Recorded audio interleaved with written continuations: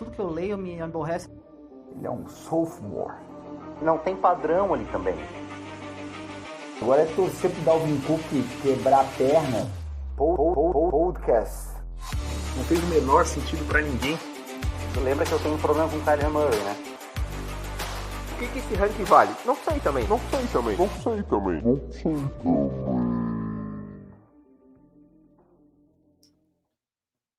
Muito bom dia, boa tarde, boa noite para você, fã de NFL, fã de Fantasy Futebol. Estamos aqui para mais um episódio do nosso Top Hat Fantasy Futebol Brasil.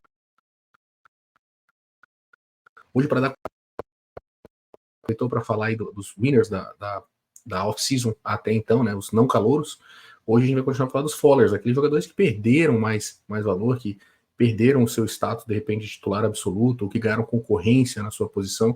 Vamos dar um enfoque nesses jogadores que perderam o status de superestrelas, vamos dizer assim, para dentro do Fantasy. Hoje a camiseta aqui é dos Chargers, em homenagem ao schedule release que rolou essa semana, e o pessoal do marketing dos Chargers é muito bom, fez um videozinho para anunciar os adversários, que foi fantástico, recomendo que vocês busquem aí nas redes sociais. E com a gente aqui estão de novo nossa dupla dinâmica, Dr. Rodrigo Bayer, Dr. Eduardo Rira. Boa noite, Rodrigo Bayer. Boa noite, galera. Edu tá debilitado aí, tá emperebado. Boa noite. Boa noite, eu queria começar pedindo desculpa de novo pela internet. A gente já entendeu onde é que tá o problema, Mário. Até na tua abertura deu umas 2 picotadas. A gente vai tentar seguir o programa dessa maneira. Se a gente perceber que tá sendo demais, a gente aborta como foi semana passada, e semana que vem a gente volta com o problema corrigido, sem problema nenhum. É isso aí, desafios técnicos na internet no Brasil em época de chuvas. Vamos lá, pessoal, então vamos começar sem muitas delongas falando aí dos fallers, e eu vou chamar já o Bayer para falar o primeiro faller dele. Na verdade é um relativamente óbvio, né? O Michael Mayer, tight end do Las Vegas Raiders, que ganhou a concorrência do tight end maior prospecto da posição aí dos últimos tempos, né? Brock Bowers, draftado na 13ª rodada. E aí, Bayer? Além da concorrência em si, o que mais que tu vê de problema para esse homem? Porra, eu acho que aqui foi talvez a pior situação possível, né? Porque a gente esperava um quarterback em Las Vegas na pick 13. Então você teria um upgrade de passador para o Michael Mayer. Ao contrário disso, não veio quarterback. A gente tem uma quarterback room aí limitada, convenhamos, né? Com Aidan O'Connell e Gardner Minshew. E para melhorar veio um dos melhores prospectos de tight end aí dos últimos tempos, né? O Bowers, para piorar bastante essa competição. Pelo menos não veio mais um wide receiver, né? Com pique alto. Então é possível que eles joguem muito com 2 tight ends alinhados, né? Com 11 personnel, né? Mas 12 personnel, perdão. Então, mas mesmo assim eu acredito que seja aí um dano grave aí ao valor do Michael Mayer. Eu acho que considerando o desempenho do Bowers como recebedor, né? Se o Michael Mayer estiver em campo, ele vai fazer muito mais aquele papel do inline trend, vai acabar sendo muito usado para os bloqueios, né? Então, sem dúvida, o teto dele eu acho que se extinguiu. E o piso, pelo contrário, aumentou bastante bem lá embaixo. Edu, tu tens alguma coisa diferente em relação ao Tyrande? Então, cara, concordo com o Bayer aqui, eu não tenho muito comentário. Inclusive, quando a gente mandou as listas pré-gravação, ele tava na minha lista, os dois do Bayer estavam na minha lista, como sempre, né? Aí o Bayer foi lá, falou primeiro, eu me ferrei, tive que ir atrás de outros nomes. Eu complemento ainda que mesmo que não tenha draftado nenhum wide receiver, o cara que tá lá é o Davante Adams, né? Então é difícil competir, né? Então, além disso, ainda tem o senhor Davante Adams lá. Então a situação é bem complicada para um cara que teve um investimento de capital de draft bem alto, que foi o Michael Mayer. E o Anthony Pierce ainda dizendo que quer correr, né? Que quer correr com a bola ainda, né? Então, ou seja, é todo combo aí terrível. O Michael Mayer em liga redraft, para mim, ele se tornou indraftável para esse ano, né? Eu acho que se não tiver uma lesão do Bowers, não vejo gastar um pique nesse cara mais, né? Concordo, pensando em uma liga redraft mesmo, eu não considero nem ele, não sei nem se realmente longe do top 12, se duvidar ali top 18, não parei para fazer esse ranking, mas acho que ele tá bem acima disso. Pessoal, mas engraçado, Rira, que nos playoffs do ano passado, eu estava negociando com o Ian Michael Mayer por Chuba Hubbard. Então, né? Então, só teria... mas Ninguém vai ganhar e ninguém vai perder, né? Todo mundo a vai gente não perder. pode contrário, vai Mas... ter esquecer. todo. A gente não pode esquecer da tua grande troca, né, Bayer? O Bayer é o cara que trocou antes da liga começar Michael Mayer pelo Sam Laporta. Então, assim, para que maior derrota do que essa, né? Então, acho que o senhor é um grande perdedor, não o seu Michael Mayer, o senhor é.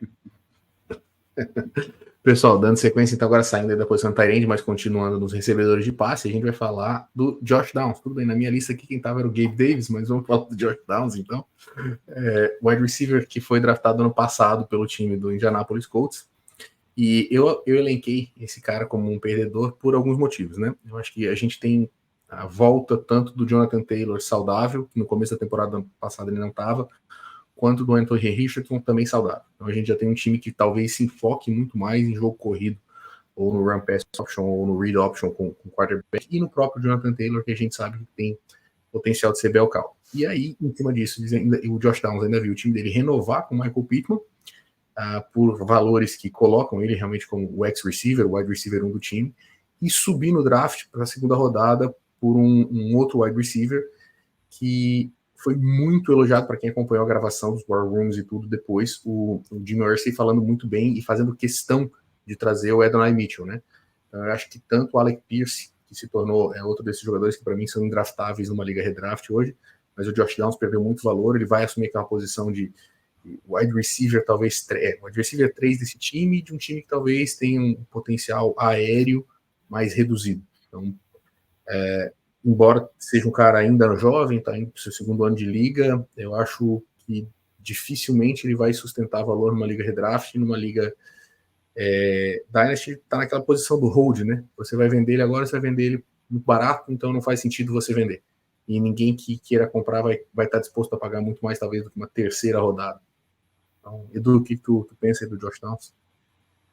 Eu, honestamente, para mim, o Alec Pierce seria o meu nome nessa lista, mas o Alec Pierce também, vou falar que ele caiu. Ele já não era grandes coisas, não era um super nome, mas esse, para mim, é inexistente, já saiu completamente do radar. E aí, entra na discussão se o Adonai Mitchell vai entrar para assumir a vaga do Josh Downs. Sendo bem honesto, eu acho que eles não entram para competir pelas mesmas rotas, eu acho que eles entram para disputar vaga, obviamente que os três não vão estar ao mesmo tempo, o Pittman não sai, e consequentemente ele perde valor, mas eu não acho que é algo tão grave assim, que o Adonai Mitchell veio e ele simplesmente é irrelevante. Eu acho que eu teria um pouquinho mais de calma, como você falou, é hold, e numa liga redraft talvez vale o investimento, até porque eu tenho minha falta de crença no seu Adonai Mitchell. Que é compartilhada pelo Dr. Rodrigo Baia. Com certeza. Eu também acredito que o Alec Pierce aí é quem sofreu dano, o Josh Downs também sofre um dano aqui, mas como o Adonai Mitchell de fato vai ser mais aqueles targets, né, de end zones, mais rotas out também, eu acredito que o Alec Pierce, que já sobrevivia de poucos alvos, né, porque esse era um grande problema já da produção do Alec Pierce, né? Muita rota gol. Então, assim, esse vai ser um problema enorme. O que me incomoda muito no Josh Downs é assim, eu não vejo nenhum time que sem carência na posição, vamos dizer assim. Se tu tem o wide receiver 1 e 2 estabelecidos, e eles são jovens, estão com um contrato longo, não faz sentido tu gastar um pick de segunda rodada no wide receiver. Então, eu acho que a decisão do front office dos Colts em fazer isso e subir pelo Mitchell, indica que eles não confiam em mais gente lá. Eles acabaram de renovar o contrato do Pittman, estou deduzindo que não é do Pittman. Então, existe uma desconfiança em relação ao que está acontecendo ao redor. E, de novo, como eu falei, assim, é um time que tem um quarterback que faz bastante read option, que quando a primeira leitura não está lá, ele vai fugir, ele vai escapar do pocket, vai correr, e que tem, talvez, o melhor jogador desse ataque seja o running back, né? Então, além de tudo, tem isso tudo, que eu acho que impacta bastante no que a gente pode esperar da produção de todos os wide receivers não chamados Michael Pittman, né? Mas vamos ver o próximo nome aí que você separou pra gente, do quem que é o próximo nome da lista? Agora sim, Gabe Davis. Agora sim, Gabe Davis. Então eu vou continuar falando um pouquinho.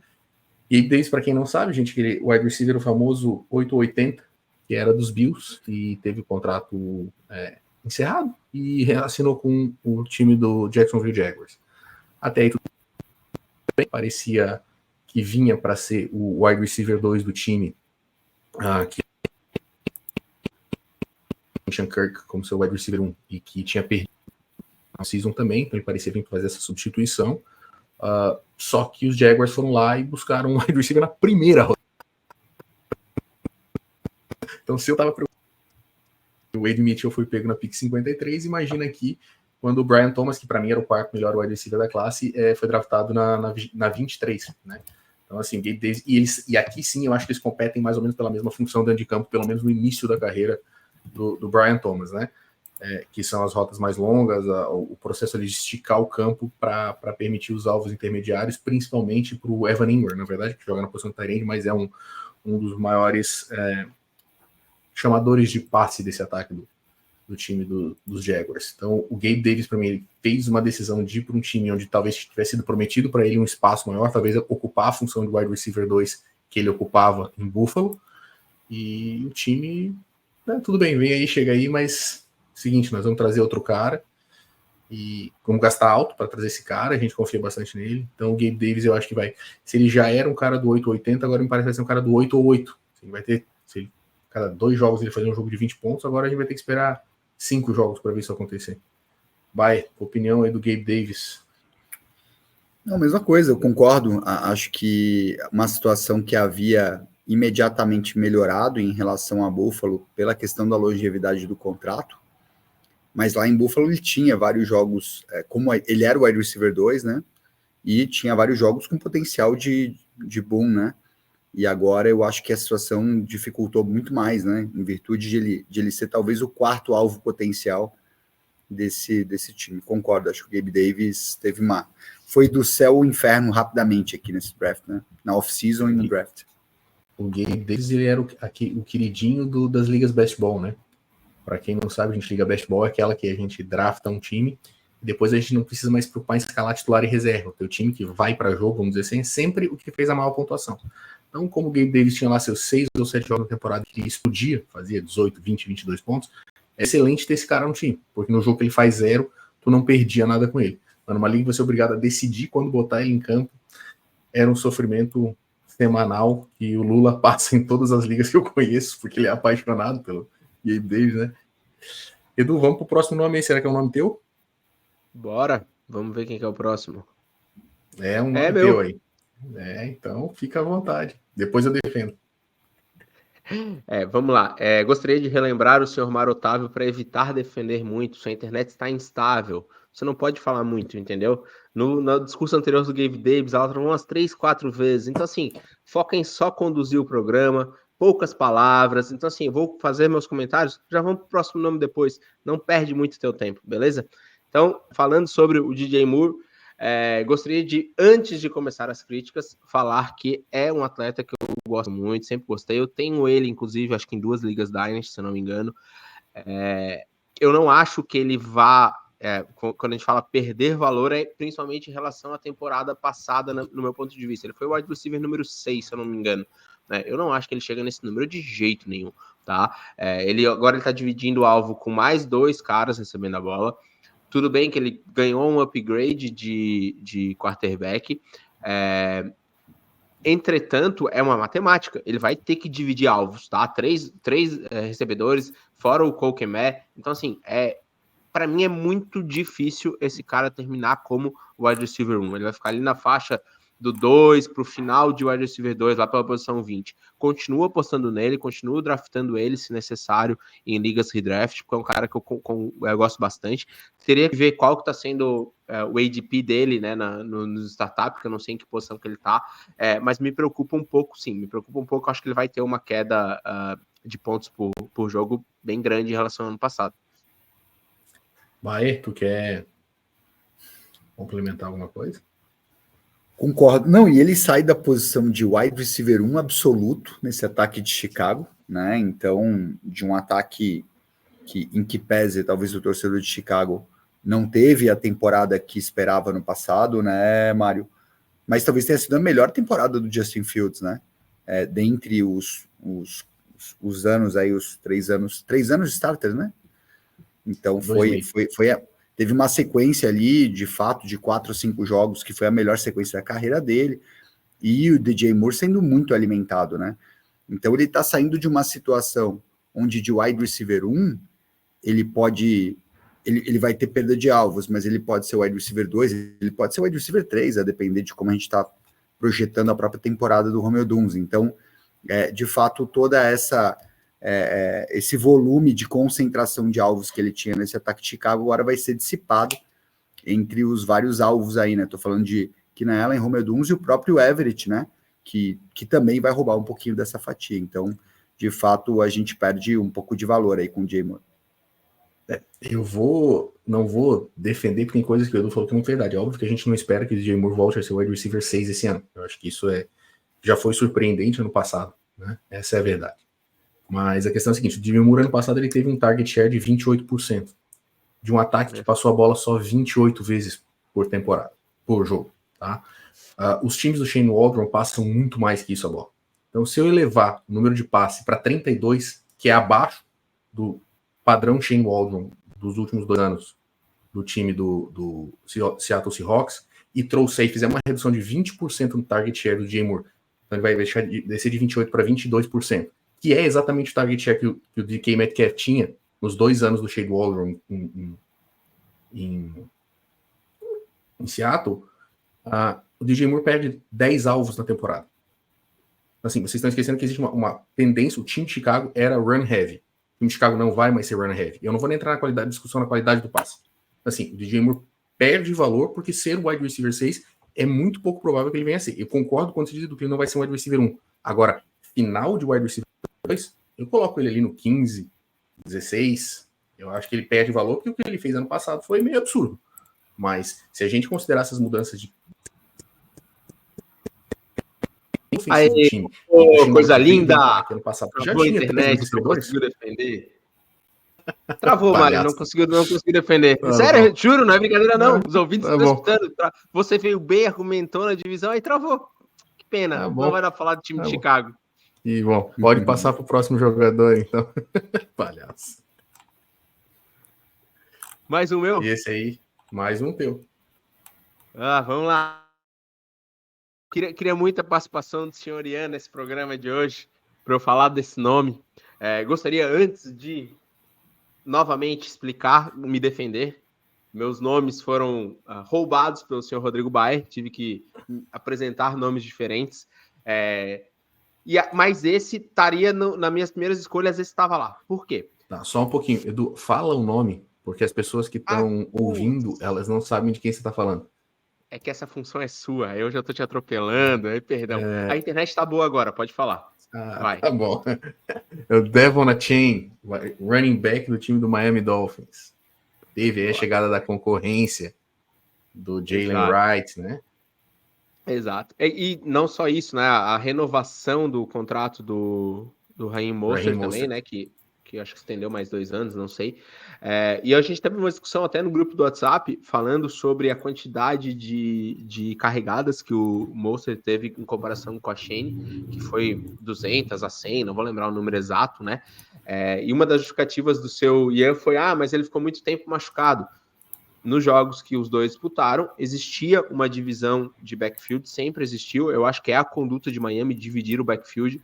Eu acho que a grande esperança dos donos do Devon Achane era que ele, agora, com a suposta saída, né, antes de renovar do Raheem Mostert, até com a mais experiência do Devon Achane, ele fosse ganhar mais carregadas do que o Raheem Mostert. Só que eu acho que não vai ser o padrão de Miami. Miami vai dividir backfield. Trouxe mais um cara para também dividir. Eu acho que vai ser uma divisão de carregadas. A vantagem do Devon Achane é que ele tem muitas jogadas explosivas. O ataque é um ataque explosivo. Então, com poucas carregadas, ele ainda vai produzir bastante. O meu ponto de queda é que muito se colocou como é o ano dele. Eu acho que ainda vai dividir bastante. Novamente, não fiz o exercício de ranquear para supor em que posição ele terminaria o ano, mas eu fico um pé atrás de, por exemplo, draftar ele como meu running back número 1. Fico um pé atrás já. Tá? Eu acho que eu teria outros nomes que eu preferia apostar antes do Devon Achane. Não sei se o Bayer concorda comigo nesse ponto. Pois é, a situação do Devon Achane é interessante, né? Porque ano passado ele teve a performance dele muito inflada por uma semana específica, né? Que foi aquela semana com Denver, que ele fez 51 pontos. Né? Então, um cara que se aproveitou, fez muita pontuação no garbage, né? Então, tirando isso, a gente vê que a oscilação dele se dá em virtude do número de carregadas, né? Então, quando a Shane, por exemplo, ele tem pelo menos 10 carregadas, ele tem uma média de pontos alta, né?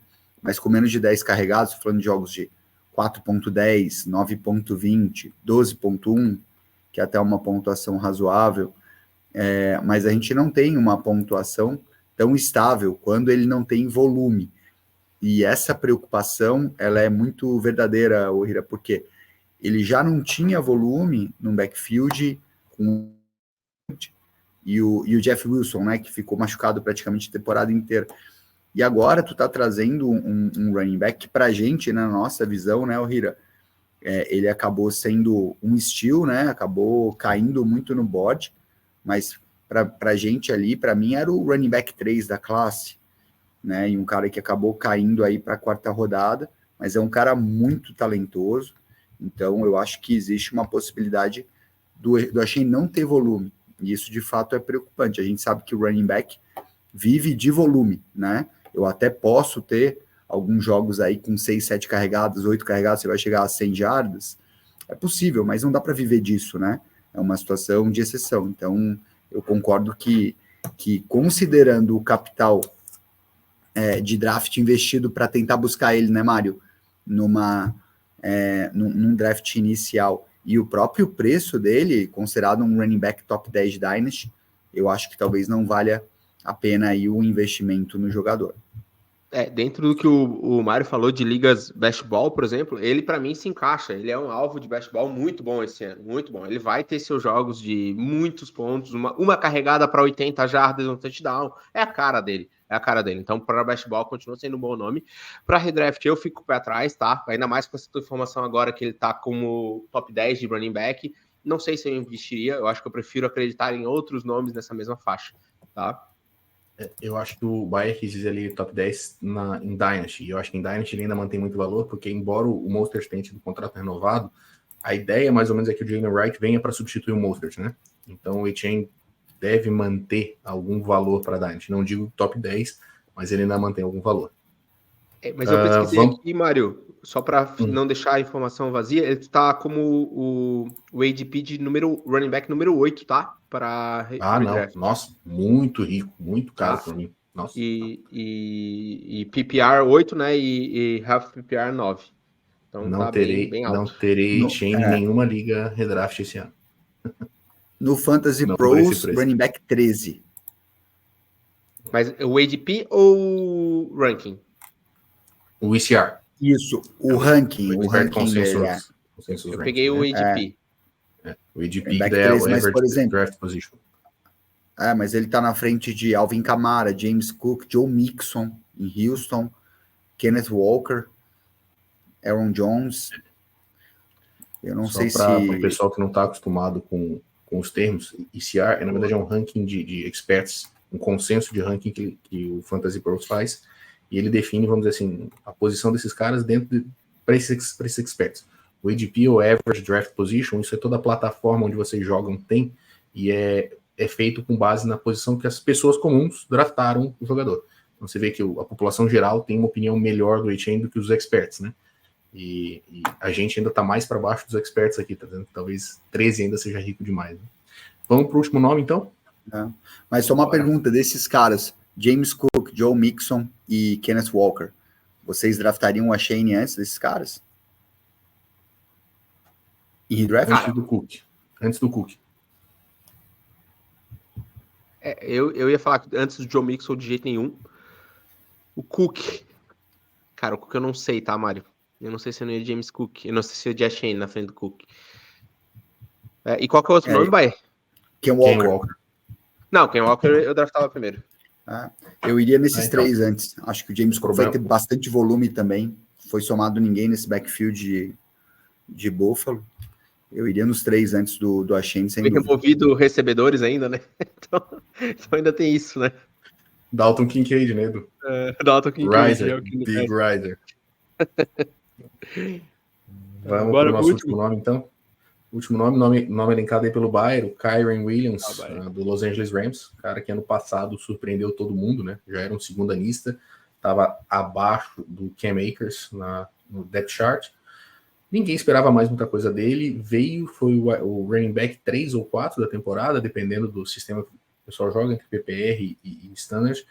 E parecia ter a posição dele muito assegurada nesse time, já que o Sean McVay é um cara que costuma gostar do Belcal, costuma gostar do seu running back 1 com muitas carregadas, mas o time foi lá e trouxe o Braylon Allen, né? Então, gerou... Aliás, o Blake Corum, né? Blake Corum. E aí, que era um dos running backs vistos nessa classe como um dos mais talentosos. E aí, obviamente, o Kyren Williams começa a gerar uma série de dúvidas e incertezas. Pelo ter listado que ele aqui, eu tô deduzindo que tu imagina que o Blake Corum vai tomar esse posto de Belcal, ou tu acha que eles vão realmente por um backfield por comitê? Então, eu não acredito que Los Angeles vá utilizar backfield por comitê, porque não é, de fato, não é uma prática do McVay, né? Então, mas o que acontece aqui é que a competição do Kyren Williams é dura, né? Ele está recebendo o Blake Corum, que a nossa grande crítica ao Blake Corum era a questão da idade mesmo, né? De ele ter sido muito utilizado em college. Mas eu tô falando do running back que foi mais produtivo em college de toda a classe, né? 58 touchdowns em 3 anos, e ele sempre funcionou como workhorse em Michigan, né? Então eu não acredito que, pelo capital de draft investido, né? Tô falando de uma pick de day 2, que ele tenha sido trazido para ser simplesmente reserva do Kyren Williams, né? Então eu acho que esse backfield está em competição aberta. A gente sabe que o Kyren Williams fez uma temporada muito boa no passado, ficou no second team All-Pro, né? Mas eu acredito que isso trouxe aqui um risco gigantesco à posição do Kyren Williams em Los Angeles. E lógico, né? Isso aqui é uma forma de homenagear o Ian, né, cara? Que quando ninguém acreditava, ele foi lá e colocou lá que o maior perdedor aí seria o Kyren Williams, né, lá atrás. E, porra, o homem foi profético nessa, né? Porra, tem que reconhecer. O Ian tem um dedinho bom para running back, né? De wide receiver ele não entende porra nenhuma, mas de running back ele vai bem, né, cara? Tem que reconhecer. Fica aí a dica para os nossos seguidores e não escutem os rankings de wide receiver do Ian. Só para a gente exemplificar aqui, ele já draftou Jalen Reagor e Marvin Mims acima do Justin Jefferson, né? Então esse é o nível de entendimento de wide receiver que ele tem. Eu ia comentar isso, que foi o único cara que eu não precisei fazer uma arte, né? Eu só importei do programa anterior, que o Ian já tinha levantado a bola e ele caiu aqui de novo, né? Concordo com vocês em relação à queda, Baer. Eu acho que ele vai ter uma queda. Tu comentou ali do Blake Corum, talvez, do Sean McVay, não preferiram um running back Belcal. Eu só me preocupo um pouco, eu acho um pouco de calma, torcedores, calma, eu acho que ainda não é a hora, eu fico um pouquinho pé atrás disso tudo, mas eu concordo que ele vai perder valor, ainda mais se a gente for pegar o ADP dele, de uma liga de redraft, tá de running back número 7, pô, não tem condições para mim tá completamente fora também, tá? E aí, em relação, mantendo as críticas ao Ian, né, 2 running back que ele defende, que acho que ele elogiou, um era o Achane, caiu, o outro running back que ele gostava muito, a gente criticou no podcast passado, o Jacobs, não foi que a gente criticou também, que ele adora, a gente criticou no podcast anterior. Mário. Então assim, ele é bom, o menino é bom com running back?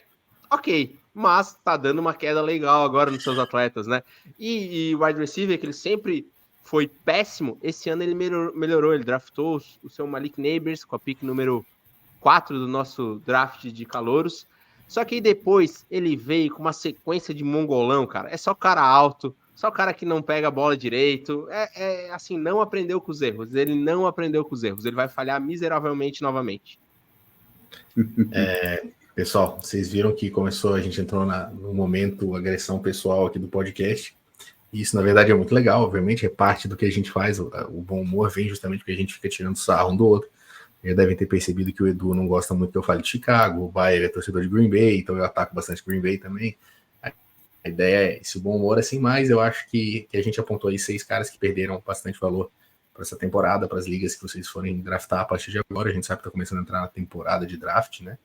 pessoal que está ansioso aí já está começando a montar mais ligas, fazer mais startup para fazer mais draft. Não nego que eu estou nessa vibe também. Inclusive, a gente queria aproveitar aqui para anunciar que a gente vai organizar ainda, não tem nada definido, mas a gente pretende fazer uma Listener League aí para o nosso Top Hat Fantasy Futebol.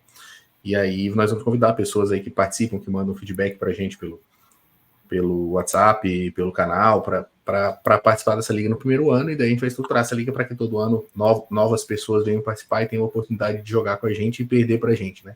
Acho que é uma oportunidade legal de aprendizado, a gente tem que aprender com os erros, aprender com as derrotas. Então a gente vai dar essa possibilidade aí para vocês. Pessoal, estamos aí com meia horinha de episódio, eu acho que a gente pode encerrar hoje, acho que foi um episódiozinho mais curto só para dar um encerramento do episódio da semana passada, e aí semana que vem com problemas de conexão resolvidas também a gente volta a fazer um episódio full. Edu, quer mandar uma boa noite, quer mandar algum recado para alguém? Eu queria reforçar o convite para quem quiser participar da nossa liga. Diferente do Mário, eu vou perder para todo mundo, então fiquem tranquilos, vocês vão ganhar, estarei lá mantendo a minha forma. Edu, só para avisar, ela não é uma Liga Dynasty, não dá tempo de fazer tank, tá? Não dá para fazer rebuild. Sempre dá, Mário, a gente sempre dá um jeito, cara, a gente sempre dá um jeito, não se preocupa com isso, fica tranquilo, a gente vai resolver esse problema. Quer deixar a liga emocionante? Vamos fazer o seguinte, vamos deixar a liga emocionante. Você comentou que a gente ia dividir em dois administradores, certo? Proponho, certo. Eu e Ian vamos dividir um time. Quero ver dar um rolo nessa liga. Vai ser impossível a gente terminar junto. A gente vai se matar. Tu, Ian, eu e Bayer, Lula e Panda. Não, tu e Panda.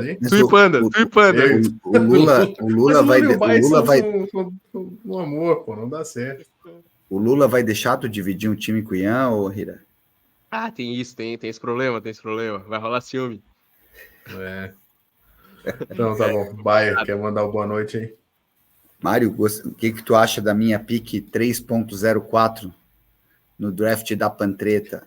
Marshawn Lloyd na 3.04. Bom valor, não? Eu acho que diz muito do que você pensa do Josh Jacobs, mas vamos fazer o seguinte. Eu tenho uma liga que foi super contender, pô. Me dá a tua primeira de 2025 pelo Josh Jacobs. Não, a primeira não tem como, né?